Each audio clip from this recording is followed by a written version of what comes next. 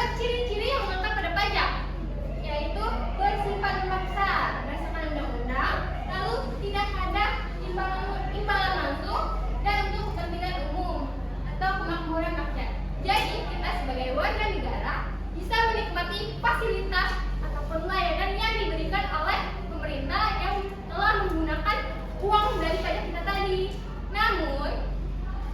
Namun tetap kita sebagai warga negara juga harus menjaga fasilitas atau layanan yang sudah diberikan negara. Jangan merusak ataupun memberi kerugian bagi negara kita sendiri, karena itu juga merugikan kita juga.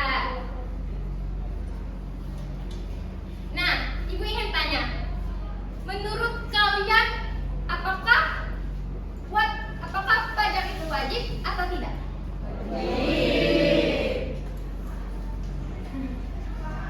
Coba, Nur? Ya, wajib. Wajib ya. Ada pendapat yang berbeda tidak? Nah, ya Eka, silakan. Mungkin tidak semua, Bu. Hanya sudah punya penghasilan. Nah, benar sekali ya Eka, karena sebenarnya tuh tidak semua itu wajib, itu tidak, pajak itu tidak semuanya wajib. Nah, contohnya tuh seperti pajak penghasilan yang ada batasnya atau PTKP, pajak penghasilan, pajak tidak PTKP itu pajak tidak langsung ya, karena misalnya itu penghasilan kalian itu di bawah 54 juta per tahun. Nah, itu dikurangi jadi tidak kena ya. Nah, kita lanjutkan lagi ya. Nah, berikutnya itu fungsi pajak. Ada 4 fungsi pajak. Yang pertama itu fungsi anggaran. Nah, fungsi anggaran ini tuh sumber utama kas untuk negara.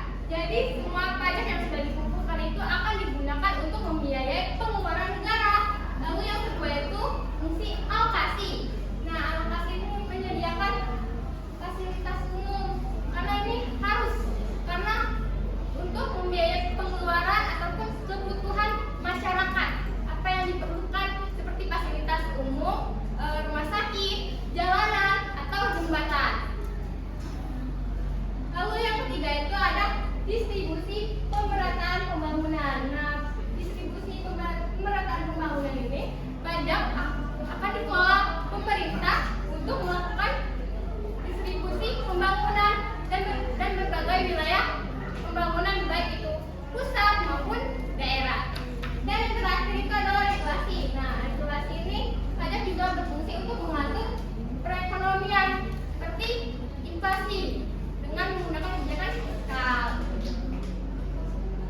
Lalu, Ibu ingin tanya,